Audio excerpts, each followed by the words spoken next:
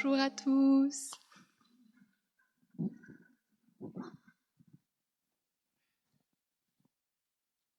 Est-ce que je pourrais avoir mon PowerPoint, s'il te plaît?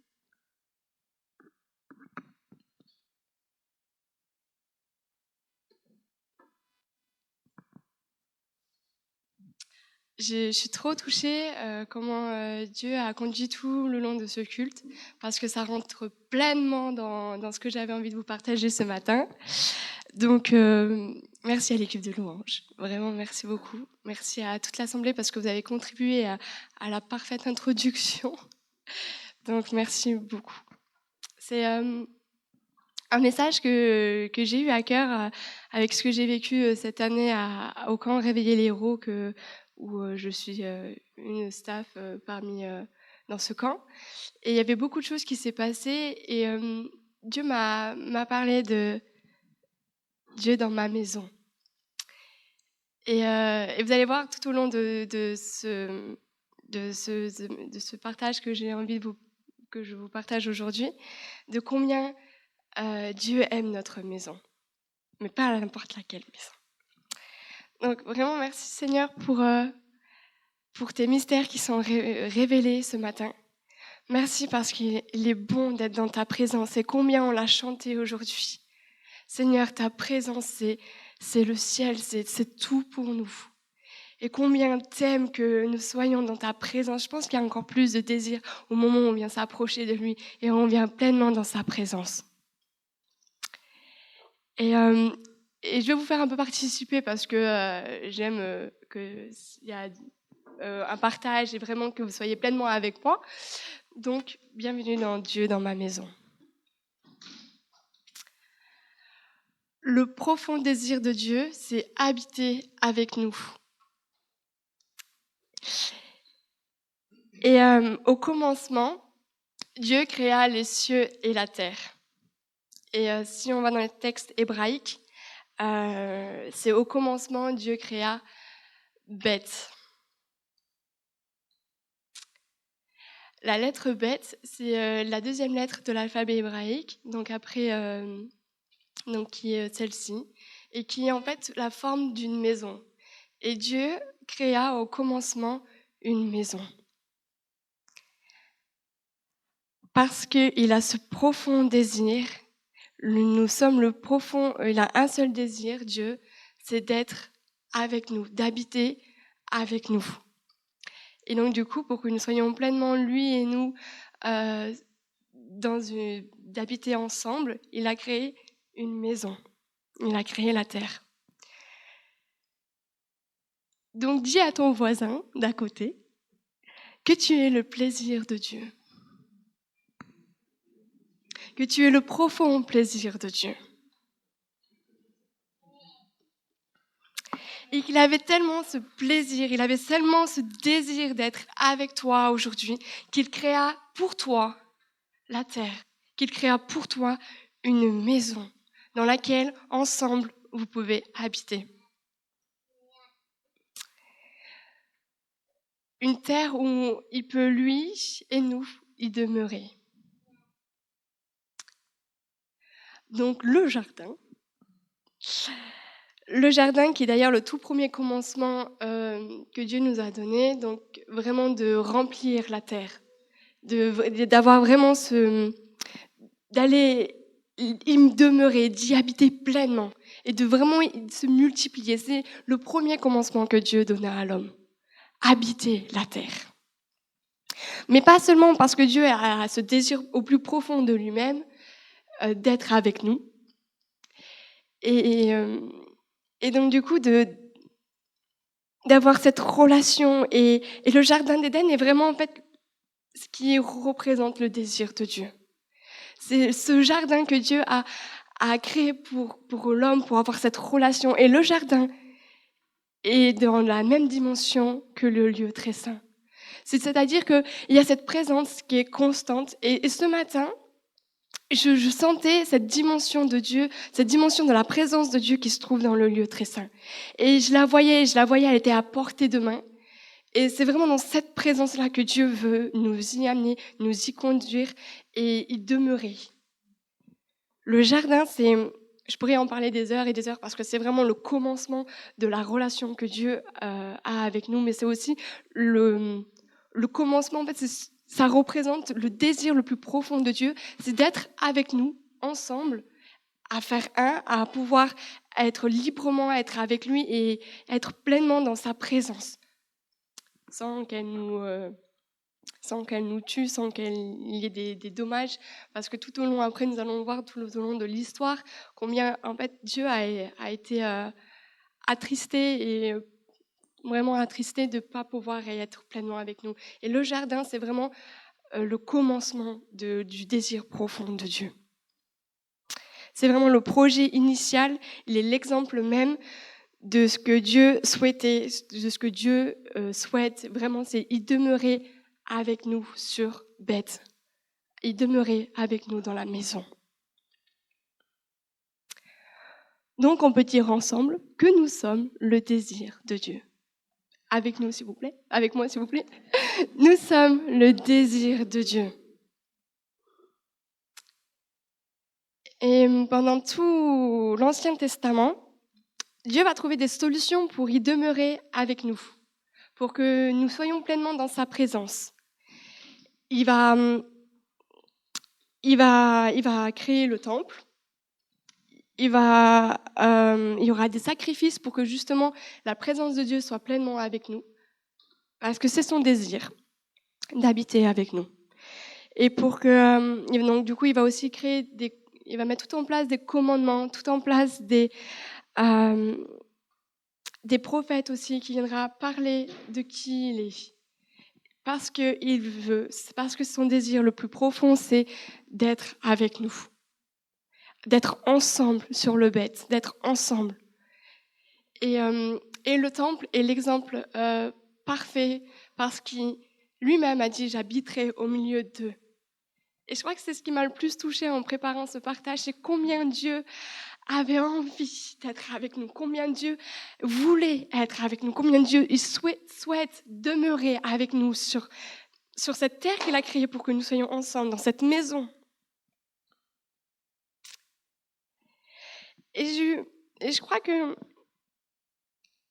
qu'en fait, c'est pas nous qui étions séparés de Dieu, mais je crois que c'était Dieu qui était séparé de nous. Il y avait cette séparation, ça c'est c'est une révélation que j'ai eue en préparant ce message. Vous pouvez la prendre ou ne pas la prendre. Mais j'ai eu je crois qu'il y a quelque chose que Dieu était tellement triste, tellement triste d'être séparé de nous et de ne pas pouvoir être constamment avec nous. Et de passer par tous des sacrifices, de passer par tous des protocoles pour pouvoir être là avec nous. Et donc, à un moment donné, Dieu a dit « Stop, je veux y demeurer constamment sur Beth. Pas de temps en temps, mais pas quand je veux y demeurer. » Et il envoya son sauveur du monde. Celui qui est venu non pas pour juger le monde, mais pour le sauver par lui. Par amour, Dieu a envoyé son Fils, afin que nous vivions aussi, pour qu'il puisse vivre en nous. Jésus n'est pas seulement... il est celui qui permet que le ciel et la terre soient rassemblés en un. Il permet à Dieu le Père de venir et d'habiter constamment sur Beth. J'ai trop aimé parce que pendant tout ce culte, on a parlé de Dieu le Père et combien Dieu le Père voulait être avec nous, qui voulait être constamment et que sa présence, qui est tellement waouh, soit là en nous. Et que Jésus est là et celui par qui nous pouvons passer. Il est celui qui vient rassembler, celui qui vient réconcilier la terre et le ciel. Il est celui où en fait il est la solution au désir le plus profond de Dieu.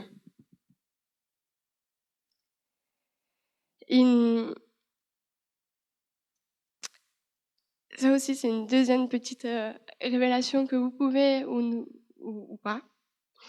Mais je crois que c'était tellement trop pour lui qu'il désirait encore plus, je pense que le jardin lui manquait énormément, terriblement. Et je crois qu'il avait vraiment cette soif-là de revivre ce qu'il avait en fait créé au plan initial. Ça lui manquait terriblement d'être séparé de nous. Et Dieu avait vraiment à cœur, Dieu a à cœur d'être pleinement là, sur Beth. Et ce qui vient en fait, à amener un peu plus loin cette révélation de Dieu et nous sur Beth, à nous sommes le Beth de Dieu. Nous sommes la maison dans laquelle Dieu vient y demeurer pleinement. Parce qu'il a envoyé son Sauveur du monde pour que nous soyons avec lui et pour que nous soyons pleinement en lui. Donc, ensemble, nous pouvons dire, nous sommes le Beth de Dieu. Nous sommes le Beth de Dieu.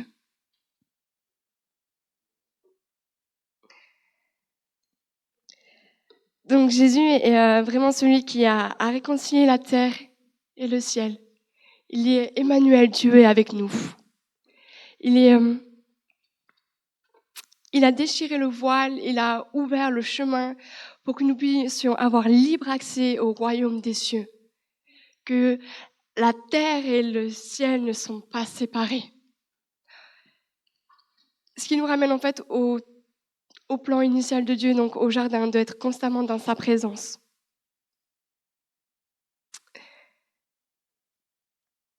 Jésus est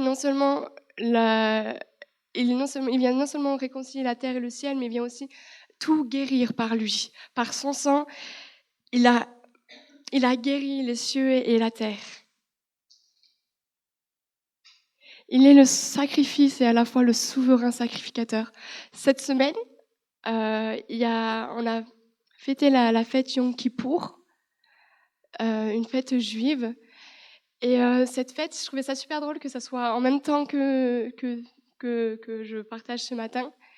Mais c'est une fête où c'est le grand pardon, où une fois par an, le grand prêtre souverain sacrificateur allait derrière le voile et apportait le sang pour le pardon du peuple. Et ce qui est incroyable, c'est que là, aujourd'hui, je vous partage que Christ est venu comme prêtre et comme souverain sacrificateur, mais aussi comme sacrifice. Et que son sang a obtenu une rédemption éternelle. Et dans cette dimension d'être le Beth de Dieu, dans cette dimension d'être la maison de Dieu, où Dieu vient y demeurer, c'est tellement important que nous passions par le sang de Jésus. Parce que sans le sang de Jésus, nous n'avons pas accès au royaume des cieux. Sans le sang de Jésus, nous ne pouvons pas être le Beth de Dieu. Sans le sang de Jésus, Dieu ne peut pas y demeurer à l'intérieur de nous. Et ça, c'est une dimension, c'est quelque chose de tellement important où parfois on passe comme ça et on proclame le sang de Jésus, mais il y a quelque chose de plus puissant dans le sang de Jésus. Jésus est à la fois celui qui est souverain sacrificateur, qui est à la fois parfait. Il est ce sacrifice qui est parfait, qui n'a pas de tâche, qui est pur. Mais il est à la fois aussi ce souverain sacrificateur qui est aussi pur. Et par lui, parce qu'il a fait, parce qu'il a été cet agneau sacrifié sur le bois, parce qu'il est monté dans les cieux qui avaient aussi été souillés par la chute de Satan, parce qu'il est monté dans les cieux avec son propre sang pour purifier le temple céleste. Dieu a donné comment construire le temple sur la terre, parce que déjà il y avait un temple dans les cieux. Et le temple céleste, par la chute de Satan, avait été souillé. Et alors, il avait besoin aussi de ce sang-là, ce sang pur, pour aller purifier les cieux. Les cieux ont subi un trauma, un énorme trauma par la chute de Satan. Il n'y a pas que la terre qui a été souillée, il n'y a pas que la terre qui a été traumatisée par Satan, mais les cieux eux-mêmes ont été abîmés. Et Jésus est monté dans les cieux pour aussi purifier le temple céleste. Et, et c'est pour ça qu'en fait, pour que les cieux soient purs et que la terre, le temple de la terre soit pur, il y a un sang qui parle en notre faveur. Il y a un sang sur l'autel céleste et un sang qui parle en notre faveur. Il y a ce sang qui parle plus fort que tous les autres sangs. Il est ce sang d'aspersion, ce sang de pardon, ce sang de guérison. C'est le sang de Jésus qui parle plus fort et qui sans lui, nous n'avons pas accès au royaume des cieux. Il faut que le sang coule pour qu'une vie soit rachetée, du sang contre du sang. Et une vie contre une autre vie, ça c'est une loi spirituelle qui existe bien avant le jardin d'Éden, parce que si nous revenons au commencement, le premier sacrifice qui a été fait a été dans le jardin d'Éden, au moment où Dieu a donné des vêtements pour Adam et Ève, un animal a été sacrifié, une vie pour une autre vie. Et c'est fort comment Dieu a envoyé ce sauveur du monde pour que son désir le plus profond soit enfin véritable, pour que son projet initial soit de nouveau là. Je pense que ça lui brûlait tellement le cœur d'être séparé de nous, d'être éloigné de nous, qu'il a dit stop à un moment donné. Moi, je veux demeurer avec eux. Et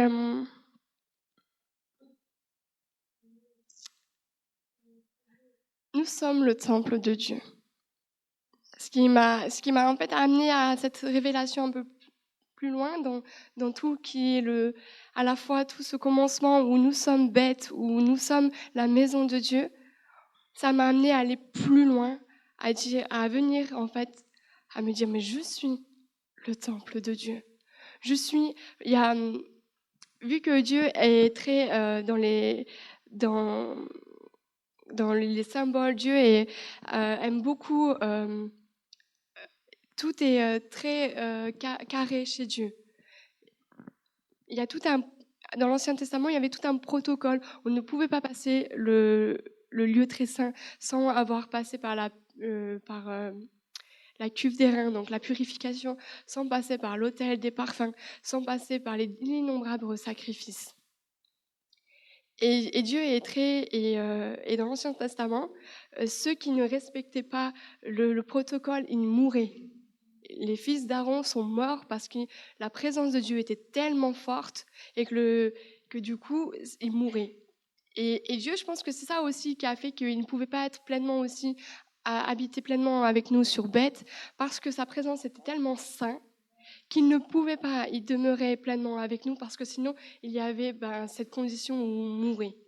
Et par Jésus, par ce sang qui parle en notre faveur sur l'autel, parce qu'il y a ce sang qui nous purifie, qui nous rend saints, alors, car le temple de Dieu est saint, c'est ce que nous sommes. Le sang de Jésus est saint et fait que nous sommes saints, donc du coup nous devenons le temple de Dieu, et c'est bien pour ça qu'aujourd'hui nous n'avons plus besoin d'un temple, qu'il y avait dans l'Ancien Testament, parce que nous sommes le temple de Jésus. Et parce qu'il y a ce sang qui parle constamment sur notre vie, constamment, à chaque fois qu'il y a des péchés ou quoi, Dieu ne voit pas ça parce qu'il voit le sang de Jésus qui parle plus fort que tous les autres sangs. Alors oui, nous sommes le temple de Dieu et l'Esprit de Dieu vient habiter en nous parce qu'il est saint et que nous sommes saints. Plusieurs fois dans ce culte, dans la louange, j'entendais le Saint de Dieu vient rencontrer le Saint de l'homme. Le Dieu, le Père, vient nous rencontrer dans le Saint de Dieu, vient rencontrer le Saint de Jésus à travers nous. Donc ensemble, nous pouvons dire que nous sommes le temple de Dieu. Nous sommes le temple de Dieu. Et Dieu peut pleinement y demeurer. Sa sainteté peut pleinement y demeurer. Il n'y a plus de conditions, il n'y a plus où Dieu peut venir pleinement y demeurer.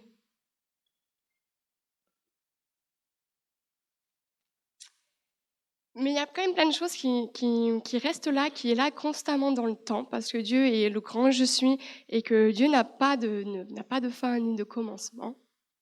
Et que de la même manière que en fait, le temple céleste est éternel, de la même manière que le temple de la terre est éternel, il y a quand même toujours cette dimension de sacrificateur. Et Dieu a fait de nous un royaume de prêtres et de sacrificateurs. Cette année, en septembre, il y a l'école Melchisedec qui a commencé là cette année, celle que j'avais fait il y a 2 ans, et je trouvais ça aussi super drôle d'y arriver, enfin d'y revenir dans cette identité de sacrificateur. Puisque nous sommes le temple de Dieu, et que dans le temple de Dieu, il y a constamment encore toujours cette identité de sacrificateur. Parce que Jésus est le souverain sacrificateur, nous sommes des sacrificateurs. Ça fait partie pleinement de notre identité. Et Jésus a fait de nous un royaume de sacrificateurs pour Dieu, son Père. Donc, si c'est écrit dans l'Apocalypse, si c'est écrit dans le Nouveau Testament, c'est que c'est encore pour aujourd'hui. Les services sont différents. Il y a toute une autre dimension parce qu'il y a le sang de Jésus, donc il n'y a plus besoin de venir avec du sang, parce que le sang de Jésus parle pour nous. Mais il y a quand même cette dimension où, par exemple, quand nous intercédons, nous élevons le sang de Jésus. Et ça, c'est un service. C'est un service qui se passe dans le temple. Et de prendre conscience qu'à l'intérieur de nous, nous sommes le temple, c'est quand même c'est un état de conscience de savoir qui nous sommes. De savoir qui nous sommes et combien Dieu peut être pleinement lui, comment Dieu peut être pleinement saint. Et de venir de s'approcher dans sa présence amène toutes des dimensions que nous n'en avons même pas conscience. Quand nous chantons des louanges à Dieu, il est écrit que c'est des parfums agréables et doux à Dieu. Les parfums, ça revient encore dans le temple. Il y avait un autel de parfums qui était doux et agréable à Dieu. On est toujours continuellement dans ce service de la présence de Dieu. Nous sommes toujours continuellement dans le service du temple. Ça n'a pas changé. Même si le sang de l'agneau parle plus fort et que justement nous avons accès à la présence de Dieu, à la pleine présence de Dieu qui se passe dans le lieu très saint, c'est parce qu'il y a ce sang-là qui parle pour nous. Et parce que nous avons librement accès justement à derrière le voile qui est déchiré. Il y a vraiment cette dimension que je voulais vous partager aujourd'hui de l'identité que nous sommes en tant que temple de Dieu, en tant que maison de Dieu. C'est pas anodin, c'est pas inconscient. Il y a des réalités spirituelles qui nous entourent et nous sommes cette maison où Dieu peut pleinement y demeurer, où Dieu peut pleinement libérer sa présence. Donc ensemble, nous pouvons dire que nous sommes des sacrificateurs pour Dieu notre Père. Nous sommes des sacrificateurs pour Dieu notre Père.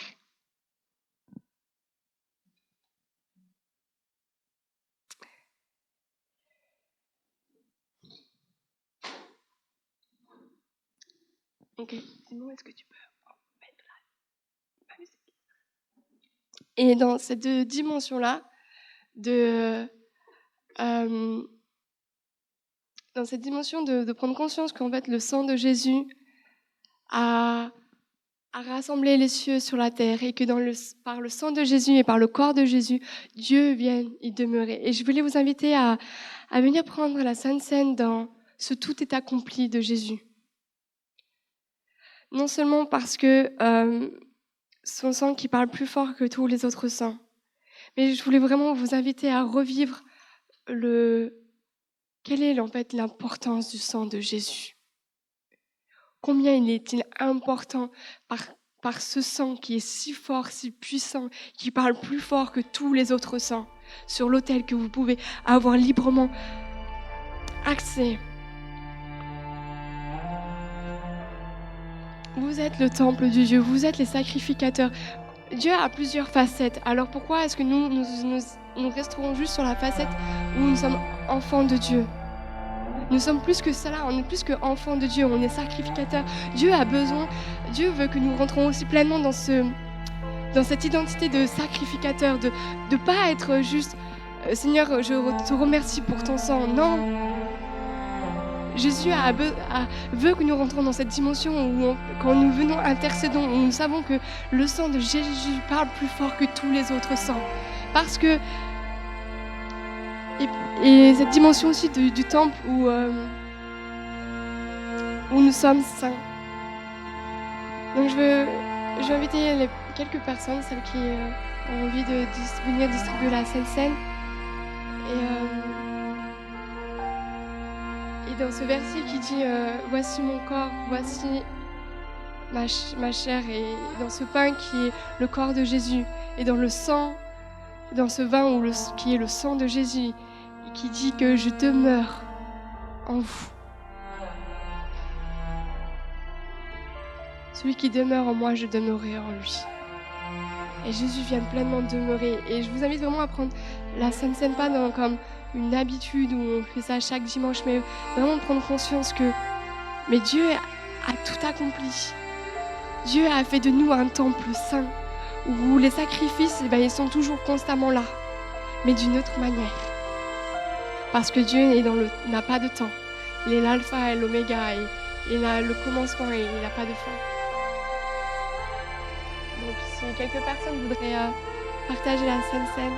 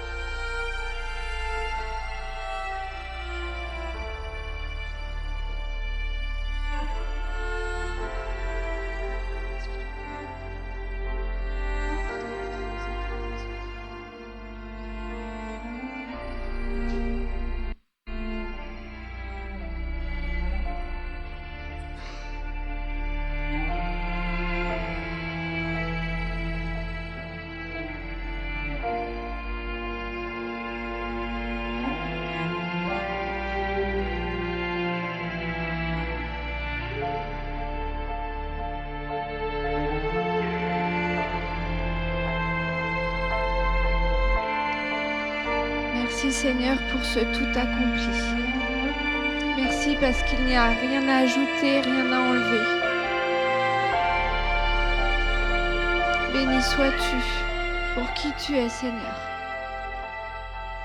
Béni sois-tu parce que tu es allé jusqu'au bout. Seigneur, reçois nos cœurs, nos vies, notre amour. Et nous te recevons, nous t'accueillons Seigneur ce matin. Seigneur, tu combles notre faim, notre soif. Tu es le Dieu éternel et tout-puissant. Tu nous as créés pour l'éternité avec toi, Seigneur. Scelle en nous ce désir de nous approcher, de réaliser que nous le pouvons, Seigneur, parce que tu as donné ta vie. Béni sois-tu, Seigneur.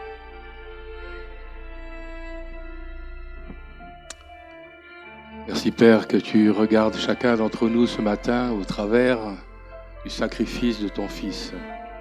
Jésus sur la croix, au travers du sang qui a été versé pour le pardon de nos péchés et pour la délivrance.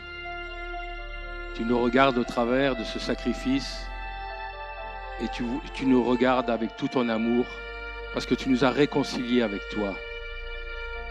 Tu as ouvert la porte de ton cœur pour nous révéler ton amour, pour nous manifester ton amour. Et tu as ouvert aussi la porte de nos cœurs pour te recevoir pleinement en tant que Père, en tant qu'amoureux de notre âme. Manifeste encore ta bonté ce matin et ta fidélité envers chacun d'entre nous ce matin. Que nul ne se prive de cette grâce merveilleuse que tu nous fais de partager ta vie avec nous, de déverser ton amour dans nos cœurs. Amen.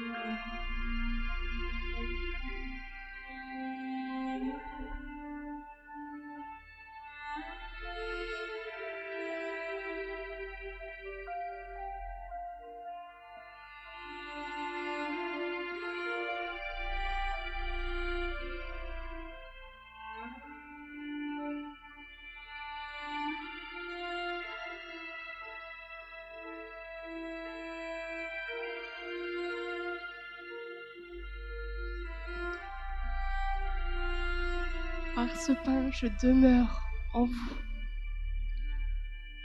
Par ce vin, vous demeurez en moi. C'est moi en vous et vous en moi. Je suis à l'intérieur de vous, j'habite à l'intérieur de vous. Je suis en vous, vous êtes en moi. Nous faisons qu'un.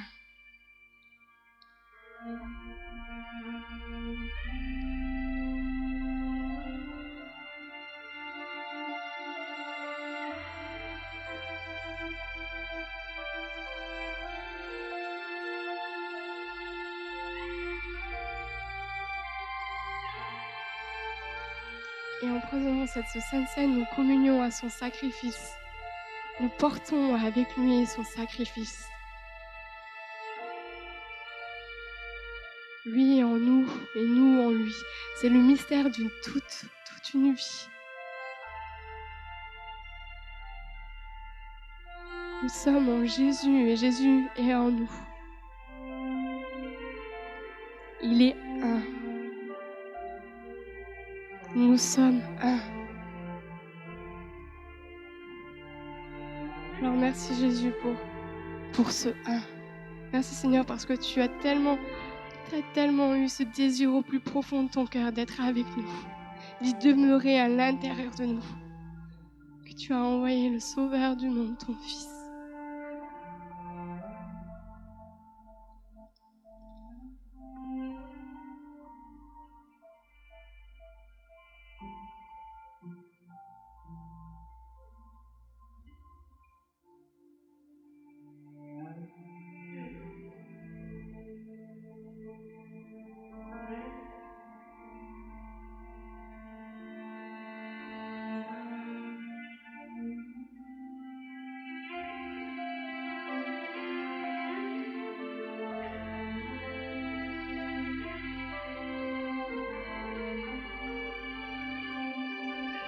Est-ce que nous pouvons dire ensemble, lui en moi et moi en lui, Jésus en moi et moi en Jésus.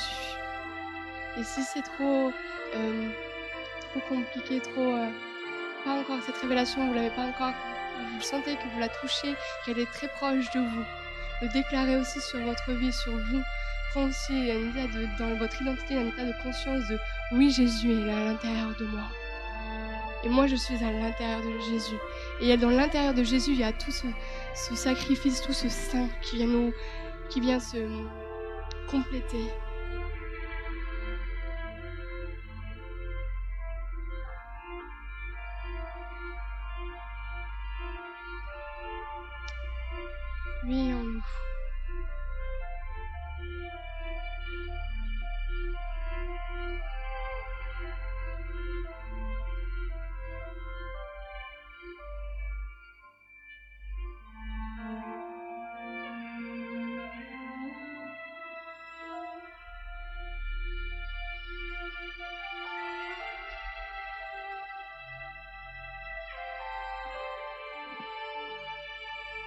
Demeurez en moi, je demeurerai en vous. C'est la promesse que Dieu a faite pour nous.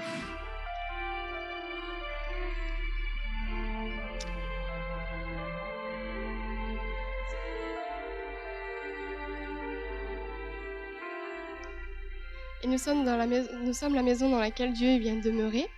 Et je vais vous proposer un outil que nous utilisons à réveiller les héros.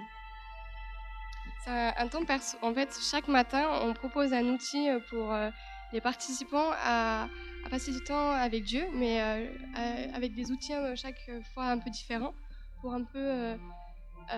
pour pas que ça devienne une routine le temps perso. Donc, je vais vous proposer un temps qu'on va prendre là tout à l'heure pendant quelques minutes de Dieu dans ma maison. Donc, en fait, donc comme vous le voyez, c'est une maison avec en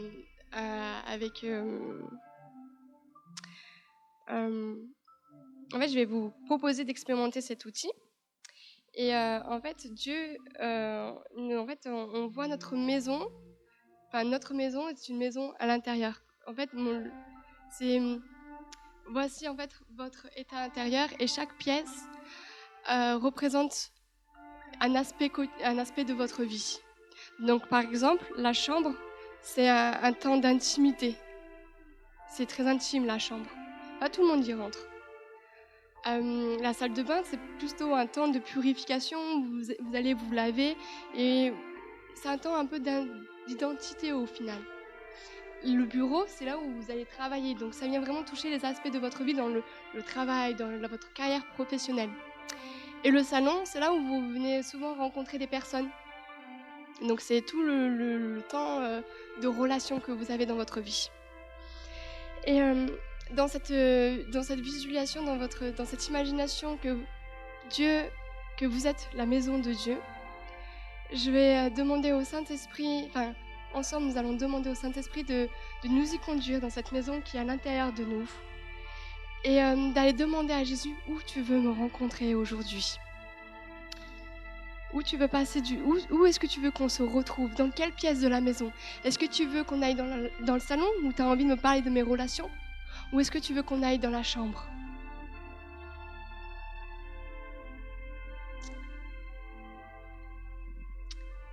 Donc je vous invite à apprendre à vivre ce temps avec Dieu. Je vais vous laisser une dizaine de minutes, voire peut-être un peu plus.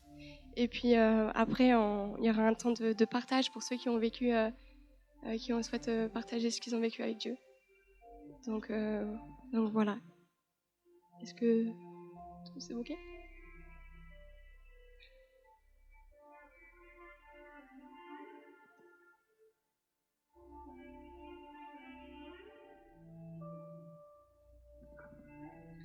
Est-ce que des personnes souhaiteraient partager ce qu'ils ont vécu? C'est un outil qu'on fait pendant une demi-heure, donc normalement il y a beaucoup plus de temps. Mais après, vous pouvez le réutiliser chez vous aussi dans votre temps personnel avec Dieu. Donc si vous avez besoin après de plus de temps, voilà. Mais est-ce que des personnes souhaiteraient partager ce qu'ils ont vécu pendant ce temps? Dans quelle pièce de la maison Dieu vous a amené? Et qu'est-ce qui vous a touché? Qu'est-ce qu'il vous a dit?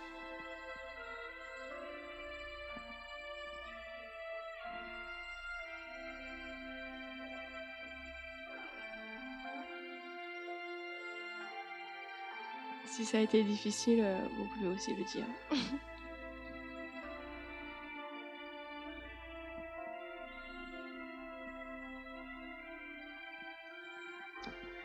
Je vais vous dire ce que j'ai vécu ces derniers 15 jours. Enfin, à partir du 4 septembre, je suis allé à Voiron avec Jérémy Potin et David Thierry. Et à la fin, ils ont envoyé l'onction de l'esprit sur tous ceux qui étaient là. Et le lendemain matin, j'ai senti cette onction sur moi. Et il s'est passé quelque chose, c'est que, avant que je dise ça, il faut que je dise une autre chose aussi, c'est qu'il donnait des livres gratuits, il en avait 7 à donner. Il y avait beaucoup de monde, tout le monde levait la main, et moi, je n'arrivais pas à en avoir un, c'est pas grave. Sauf que on arrive au dernier livre, et puis il parle de apprendre à jeûner. Et je dis, purée, ce livre-là, j'aimerais bien l'avoir, ou alors je l'achèterai après. Et j'étais assis sur ma chaise, et j'ai prié le Saint-Esprit, je dis, Saint-Esprit, si ce livre est pour moi, fais que je puisse l'avoir.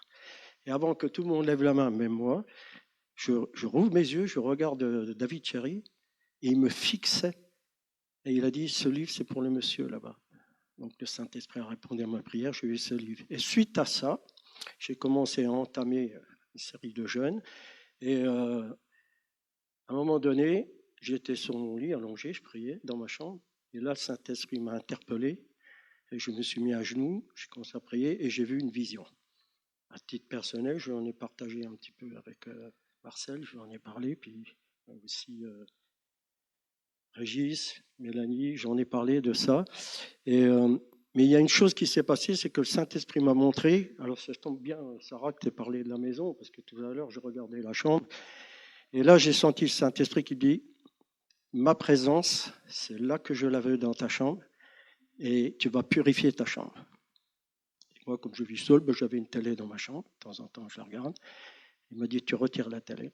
J'ai retiré la télé. Depuis ce temps-là, il n'y a plus de télé dans ma chambre. Et j'ai commencé à purifier ma chambre dans l'onction de l'huile. J'ai tout purifié. Et je ne vous cache pas qu'avant, je dormais très, très mal. Et une fois que le travail a été fait, les 3 jours qu'on suivi, j'ai dormi comme un bébé. Je n'ai pas été réveillé dans la nuit. J'étais bien. J'ai vraiment ressenti la présence de Dieu dans cette chambre. Voilà, je témoigne de ça pour la chambre. Et après, j'ai eu une vision aussi à titre personnel. Tout ça, tout à l'heure, quand j'ai parlé qu'on s'arrête au parvis, je l'ai vécu aussi dans cette vision. Et le Seigneur m'a montré, il m'a dit, tu es tout le temps dans mes parvis, à toujours te justifier, demander pardon, pardon, pardon. Et tout d'un coup, j'ai vu deux anges chérubins qui venaient vers moi dans cette vision, avec l'épée de feu du Seigneur, et qui venaient vers moi. Ils ont posé leurs mains sur moi. Ils m'ont dit, ton iniquité, je l'enlève. Et après, j'ai vu encore 2 autres qui venaient et qui disaient, mettez-lui le manteau de ma sainteté. Et après seulement, la porte s'est ouverte du royaume de Dieu, de la présence de Dieu, du trône de Dieu. Et là, j'ai vu 2 mains qui venaient vers moi, une robe blanche. Je n'ai pas vu son visage, mais je pense que pour moi, à titre personnel, je suis convaincu que c'était Dieu lui-même qui m'a posé une couronne sur ma tête et qui m'a dit, c'est la couronne de ma sainteté. J'ai vécu des événements depuis ce moment-là, tout a changé. J'ai mon frère qui est converti, depuis ensemble on s'est converti, qui a 2-3 ans de plus que moi. Et il a quitté l'église depuis des années, et ça fait des années que je prie pour lui, ça fait des années que je lui parle. Il a toujours dit oui, mais il n'arrive jamais à revenir. Et depuis que j'ai fait ce processus, que j'ai ressenti de l'Esprit de Dieu, la dernière fois que j'ai parlé avec lui, il a été convaincu et il est retourné à l'église. Il a dit, je vais faire une surprise à mes 2 filles qui sont dans une autre église. Elle prie tout le temps pour lui, il ne veut jamais revenir. Et là, cette fois-ci, il m'a dit, je te promets, dimanche, je vais à l'église et je vais faire la surprise à mes 2 filles. Il y a eu ça. J'ai eu aussi une réconciliation avec un membre de ma famille. On a pu discuter ensemble. On s'est réconciliés. Et j'ai vu la main de Dieu de ce qu'il était en train de faire autour de moi. Un ménage formidable spirituel. Et j'arrête là. Merci beaucoup. Merci beaucoup. Est-ce que d'autres personnes veulent partager sur ce temps où Dieu est dans ma maison? Est-ce qu'il y a une pièce où Dieu vous a emmené précisément? Vous n'êtes pas obligé de dire tout ce qu'il vous a dit, mais voilà.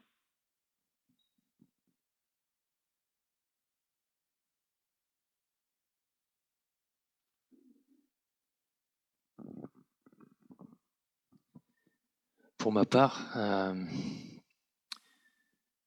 moi je pense que Jésus, il était sur le palier de la porte de ma maison. Et la porte, je l'ai ouverte. Et on a commencé à discuter là. C'est comme quand vous avez des invités qui arrivent chez vous. Et on commence à le faire rentrer dans la maison. Donc je pense que j'étais sur l'entrée. Et j'ai ressenti vraiment une voix douce. Et je crois que j'avais besoin de ça aujourd'hui, d'être apaisé. Et j'avais quelqu'un qui était là, mais qui était là pour moi. Qui était là. C'était mon invité, mais il avait la joie de venir et j'avais la joie de le recevoir. Moi, je crois que c'était ça ce matin. Merci beaucoup. Une dernière personne?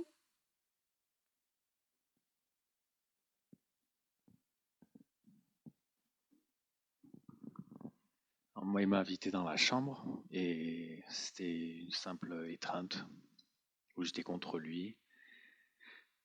Et voilà, et en même temps, sensationnellement, c'était une paix et un bien-être général. Voilà. Merci beaucoup.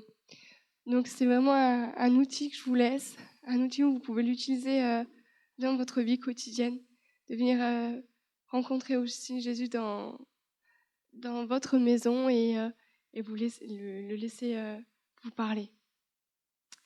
Voilà, merci beaucoup.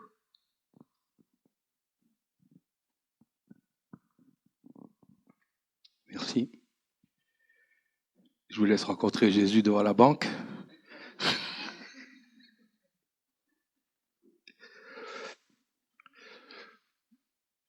Merci beaucoup, Sarah. C'était un culte un peu particulier ce matin, mais je crois que nous avons entendu beaucoup de choses et que nous allons laisser le Seigneur approfondir ces choses.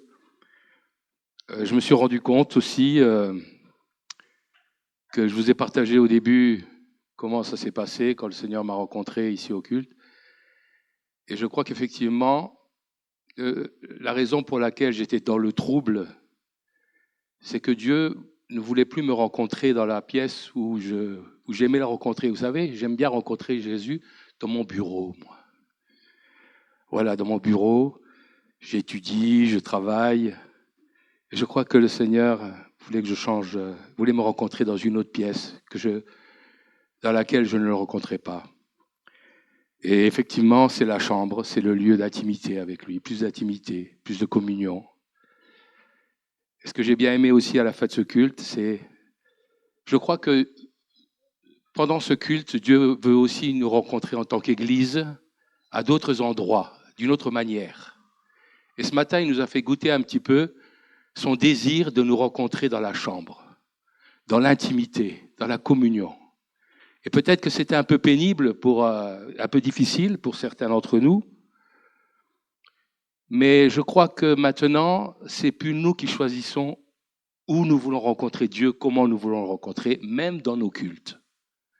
Alors soyons ouverts, que Dieu va nous rencontrer, soit dans la salle de bain, on a l'habitude des fois de rencontrer Dieu dans le salon, hein, n'est-ce pas? La communion, enfin la relation, la communion. Mais ce matin, je crois que le Seigneur voulait nous amener plus près de la chambre. Et j'ai bien aimé à la fin du culte parce que ça s'est terminé par le silence. Parce que dans la chambre, vous savez, on ne parle pas fort, on murmure. Je ne sais pas si vous avez rendu compte, si vous êtes rendu compte, mais tout ce culte, ça se passait dans le calme et dans la voix calme et douce. Moi, je n'ai pas l'habitude de parler doucement comme ça. Mais j'étais comme contraint parce qu'on est dans la chambre. C'est là que Dieu veut nous rencontrer. Et donc, voilà, merci Sarah. On a compris beaucoup de choses parce que non seulement elle nous a parlé du désir de Dieu, mais aussi du processus. Comment on peut arriver à vivre ce désir, à entrer dans cette communion, dans cette intimité. Parce qu'il a tout accompli, parce que le sang de Jésus nous a ouvert ce chemin. C'est à nous maintenant de nous y engager. Bien, donc merci pour ce culte, merci au Seigneur, merci à notre Dieu. Je voudrais qu'on l'applaudisse. On peut applaudir Dieu ce matin? Alléluia. Merci Seigneur pour ce temps avec toi. Alléluia. Alléluia. Alléluia. Alors soyez bénis. Je ne sais pas les annonces. Quelles sont les annonces? S'il y a des annonces importantes. De toute manière, vous avez WhatsApp information là, donc il y a toutes les annonces dessus. S'il y a quelque chose de spécial, rappelez-le moi. Non? Eh bien, sinon, vivez, passez une bonne semaine enrichissante, en communion avec Dieu. Et à dimanche prochain.